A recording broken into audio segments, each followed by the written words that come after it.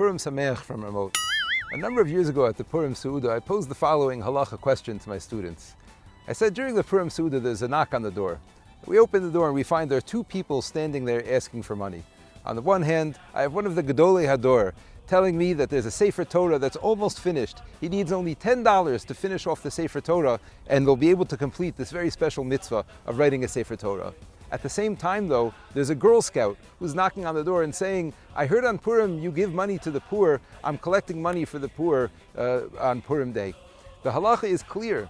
Ein meshanin b'mos Purim. A person is not allowed to trade and change the money from Purim set aside to give for tzedakah for Purim l'mitzvah acheres, to another mitzvah, even a special important mitzvah like writing a Sefer Torah. And the halacha is we have to give the money to the Girl Scout rather than to the Gadol Hador. What's behind this halacha? The Shulchan Aruch tells us, Ein medaktikim b'mos Purim. When it comes to the money of Purim, usually during the year we have a right to examine somebody, to check them out and make sure that they're worthy of receiving our money.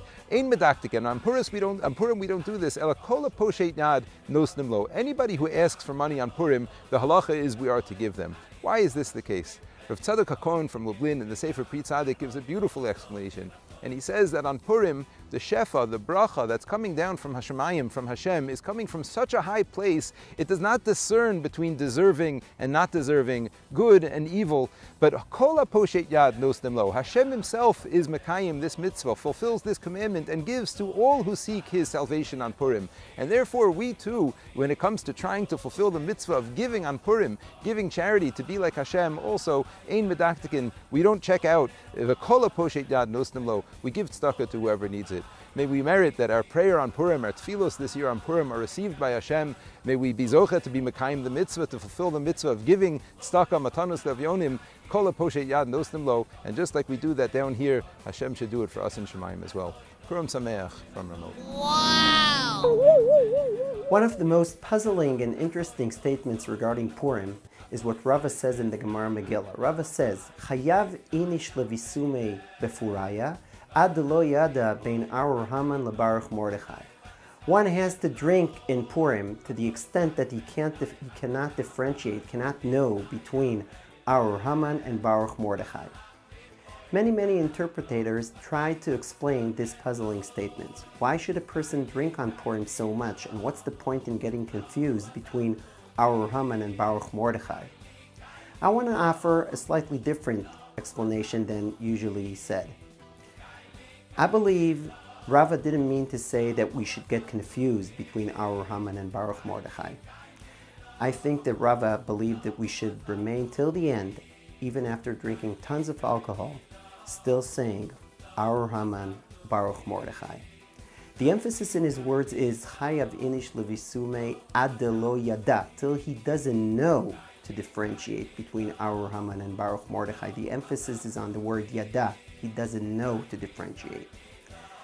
The fact that you're choosing to say Baruch Mordechai and Arur Haman should come not from thinking, from calculations, from social expectations, but rather should come from your bones, from your kishkis. It says, Adam nikar bekoso kiso vekaso. A person is recognized, a person is known by how he acts when he drinks. When he's drinking, he loses control. He can't make these calculations. Rather, he's acting right from his kishkis. And if he's acting from his kishkis saying correctly, Baruch Mordechai and Arur Haman, that reveals who he really is, and that he's a good Jew that knows the truth, even without any calculations, without any cheshbonos. It just comes naturally, authentic from him. Arur Haman, Baruch Mordechai. Be'ezrat Hashem, by our work on the entire year, this Purim will reveal that we're good Jews that are able to say, in the just simplest way, without any calculations and any cheshbonos and any benefits, just say from our bones, Arur Haman, Baruch Mordechai. Purim Sameach.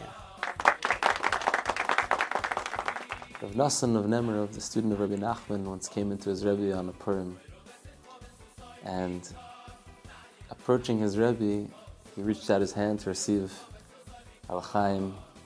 Rabbi Nachman poured him a little bit of wine in a cup and looked at him and said, "A bissel is eich gut.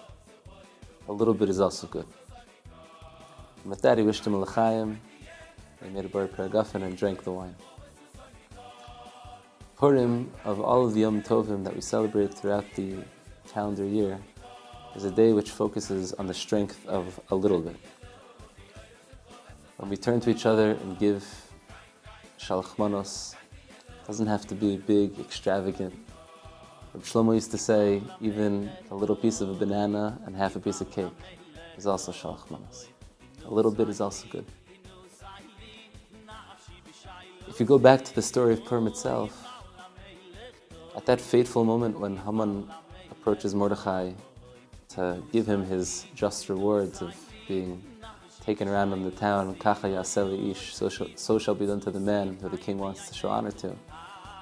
Haman approaches Mordechai, and he's in the middle of teaching Torah to a bunch of young children. Curious as he was, Haman asks Mordechai what he's teaching, and Mordechai reveals to him that he's teaching these young children about the Karban Mincha, the Menachos,